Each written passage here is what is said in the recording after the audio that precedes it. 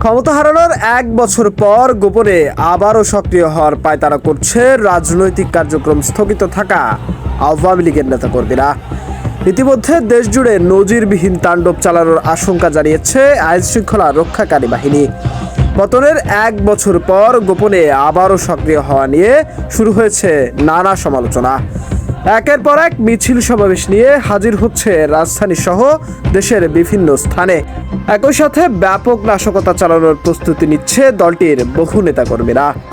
এমন সময় যখন দেশের রাজনৈতিক ময়দান উত্তপ্ত, ঠিক তখনই সামাজিক যোগাযোগ মাধ্যমে ছড়িয়ে পড়েছে নানা গুঞ্জন।